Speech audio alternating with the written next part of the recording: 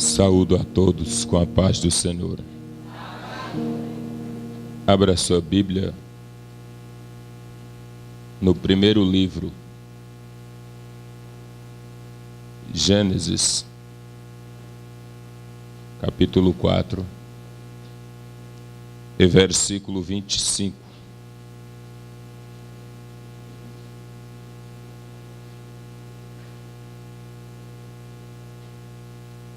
Gênesis, capítulo 4, e versículo 25.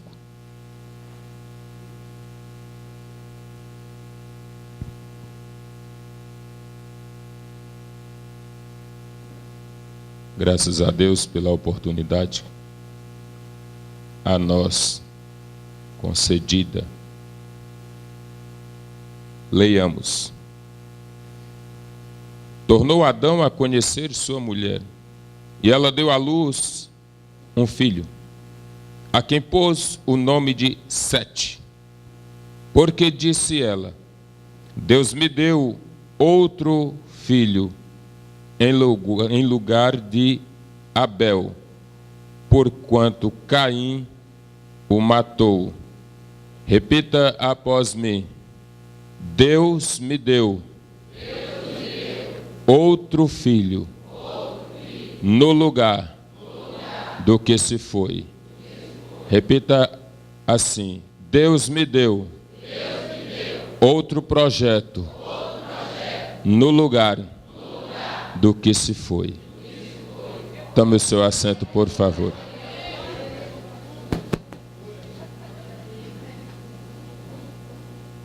Aleluia. Deus tem feito grandes milagres, tem trazido-nos muitas respostas, tem abençoado-nos de uma forma quase que indescritível. Louva a Deus porque temos a oportunidade de mais uma madrugada poder estar na presença dEle. Certamente todos nós estamos querendo algo da parte de Deus, mas é um querer impulsionado por um espírito de adorador, porque o nosso querer não vem antes da adoração. Primeiro eu adoro, depois eu quero. E depois que eu quero, nunca mais quero, porque o meu querer está em Deus.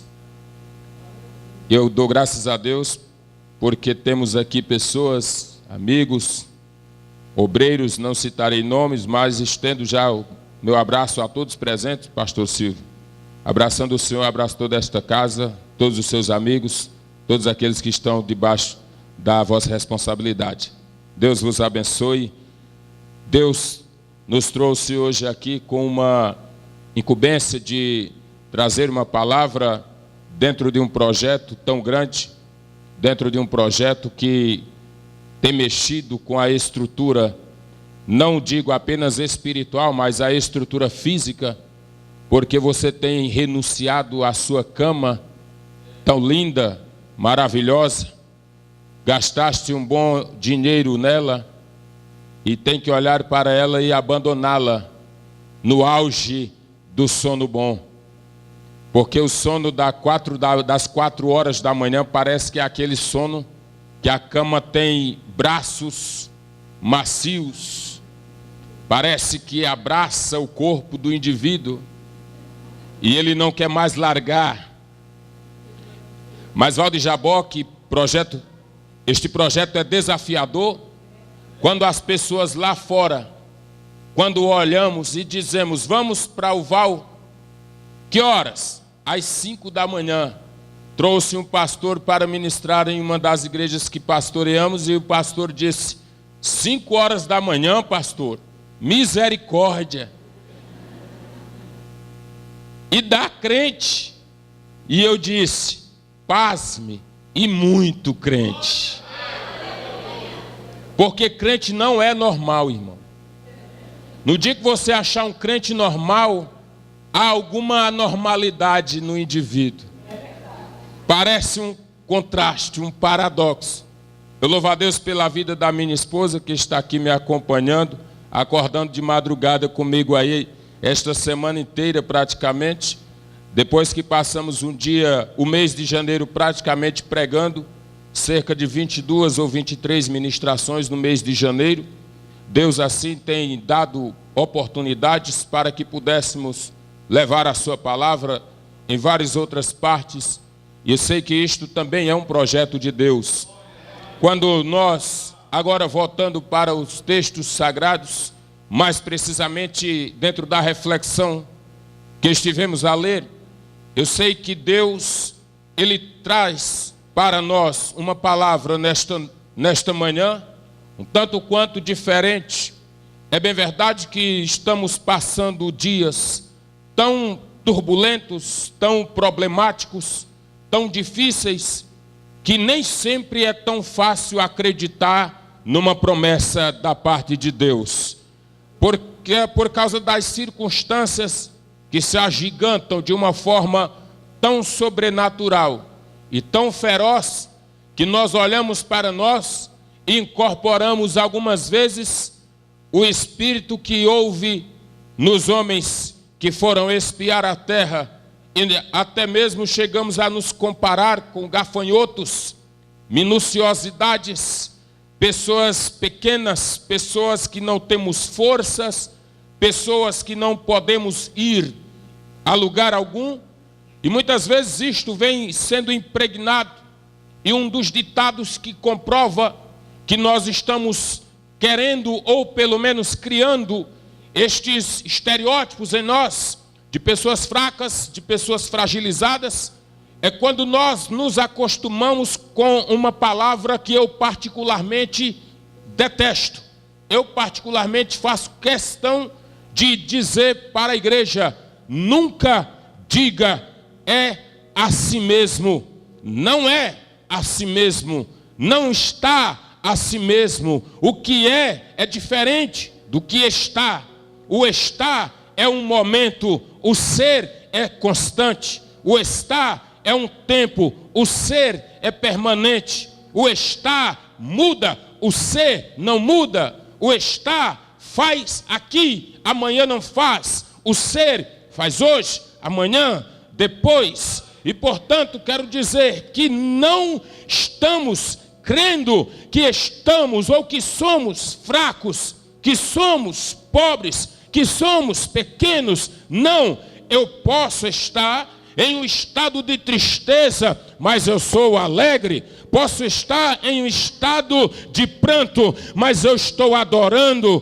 Posso estar em um estado terrivelmente miserável financeiro ou moralmente, mas nós somos pessoas que a mão de Deus está sobre nós. Ou seja, o meu ter não influencia no meu ser, mas o meu ser influencia no meu ter. O que eu tenho não influencia naquilo que sou, mas o que eu sou influencia naquilo que eu terei. Se eu sou uma bênção, terei bênçãos. Se eu sou adorador, terei bênçãos. Se eu sou ministro de Deus na terra, de boas novas, terei bênçãos. Deus, Ele está olhando para nós, está com o interesse de restaurar os projetos que foram perdidos, restaurar os sonhos que foram lançados nas covas, restaurar as ideias que estão estagnadas, não vai e nem vem. Deus está nesta última hora querendo restaurar todos os sonhos, todos os projetos que todos os seus fiéis aqui na terra já estabeleceram no dia que passaram a acreditar que de Deus procede todas as respostas, que de Deus procedem todas as respostas. Quando nós olhamos para o texto, tornou Adão a conhecer a sua mulher, e ela deu à luz a um filho e chamou de Sete. E disse ela: Deus me deu em lugar de quando nós olhamos para estes textos esta semana inteira, martelando na minha mente algo acerca desta natureza, das naturezas, a natureza boa e a natureza má, as naturezas que Deus não disse que existia, mas implicitamente está claro, quando Deus cria o homem, quando Deus cria o jardim, quando Deus faz brotar árvores, e dentre as árvores que brotou no jardim, tinham duas árvores, a primeira a árvore da vida, e outra árvore, a árvore do conhecimento do bem e conhecimento do mal. Quando Deus cria o homem, Deus sopra nas suas narinas o fôlego de vida, ora estabelecido na pessoa do homem.